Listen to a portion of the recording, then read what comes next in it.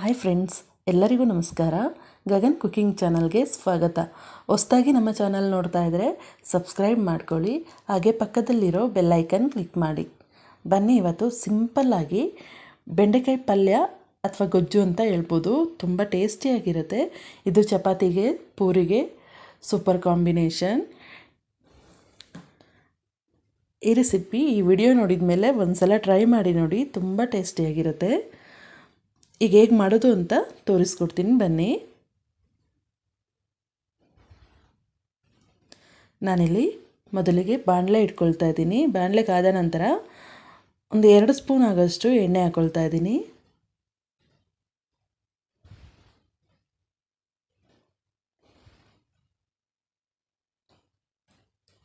ಎರಡು ಸ್ಪೂನ್ ಎಣ್ಣೆ ಹಾಕಿದ ಮೇಲಿಂದ ಒಂದು ಈರುಳ್ಳಿ ತಗೊಳ್ತಾ ಇದ್ದೀನಿ.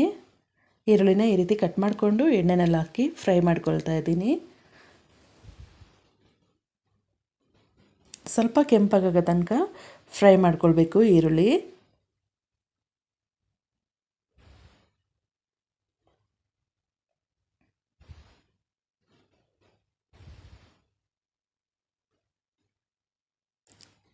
ಈಗ ಸ್ವಲ್ಪ ಬ್ರೌನ್ ಕಲರ್ ಬಂದಿದೆ, ಇಷ್ಟು ಬಂದರೆ ಸಾಕು.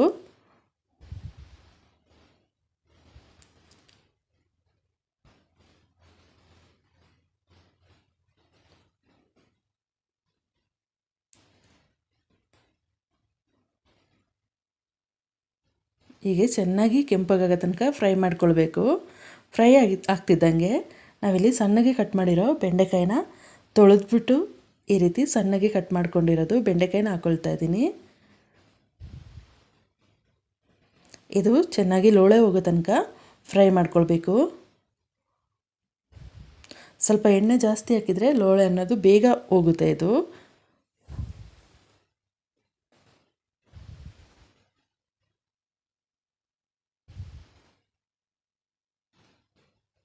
ಇದು ಚೆನ್ನಾಗಿ ಫ್ರೈ ಆಗಬೇಕು.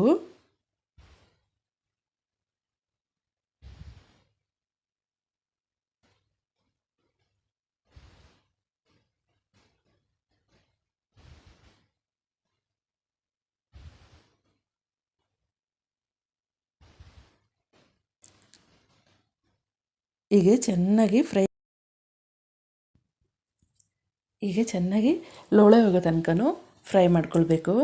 ಈಗ ಎಲ್ಲ ಲೋಳೆ ಎಲ್ಲ ಬಿಟ್ಟಿದೆ. ಈಗ ಇಲ್ಲ, ಇದು ಸ್ವಲ್ಪ ಎಣ್ಣೆ ಜಾಸ್ತಿ ಹಾಕೋದ್ರಿಂದ ಬೇಗ ಇದಾಗುತ್ತೆ, ಬೆಂಡೆಕಾಯಿ ಫ್ರೈ ಆಗುತ್ತೆ. ಈಗ ಒಂದು ಪ್ಲೇಟಿಗೆ ಹಾಕ್ಕೊಳ್ತಾ ಇದ್ದೀನಿ ಬೆಂಡೆಕಾಯಿನೆಲ್ಲ ಫ್ರೈ ಮಾಡಿರೋದನ್ನ.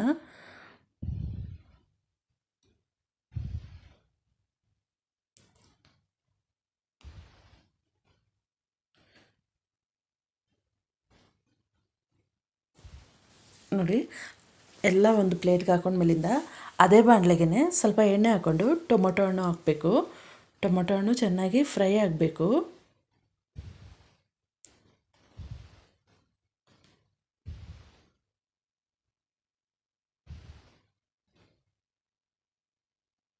ಇದು ಚೆನ್ನಾಗಿ ಫ್ರೈ ಆಗಬೇಕು.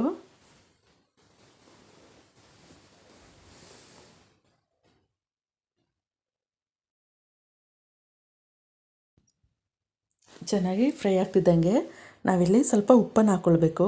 ಉಪ್ಪನ್ನು ಹಾಕೋದ್ರಿಂದ ಬೇಗ ಫ್ರೈ ಆಗುತ್ತೆ. ನಾನಿಲ್ಲಿ ಪುಡಿ ಉಪ್ಪು ಸ್ವಲ್ಪ ಹಾಕ್ಕೊಳ್ತಾ ಇದ್ದೀನಿ.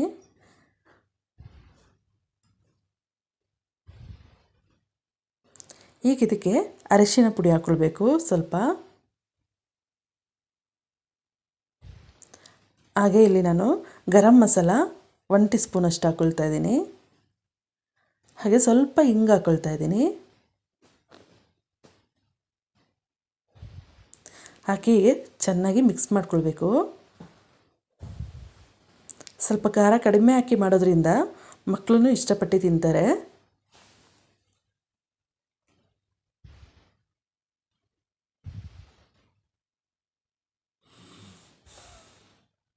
ಈಗ ಒಂದು ಗ್ಲಾಸಷ್ಟು ನೀರು ಹಾಕ್ಕೊಳ್ತಾ ಇದ್ದೀನಿ. ಮೀಡಿಯಮ್ ಚಿಕ್ಕ ಗ್ಲಾಸಿಗೆ 1 ಗ್ಲಾಸಷ್ಟು ನೀರು ಹಾಕ್ಕೊಳ್ತಾ ಇದ್ದೀನಿ. ಟೊಮೊಟೊ ಎಲ್ಲ ಚೆನ್ನಾಗಿ ಸ್ವಲ್ಪ ಬೇಯಬೇಕು. ಅದಕ್ಕೆ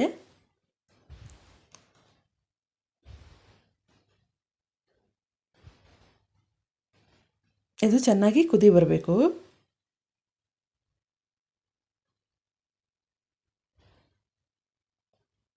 ಚೆನ್ನಾಗಿ ಕುದೀತಾ ಇದ್ದಂಗೆ ನಾವಿಲ್ಲಿ ಬೆಂಡೆಕಾಯಿ ಫ್ರೈ ಮಾಡಿದ್ವಲ್ಲ ಅದನ್ನು ಹಾಕ್ಕೊಳ್ಬೇಕು.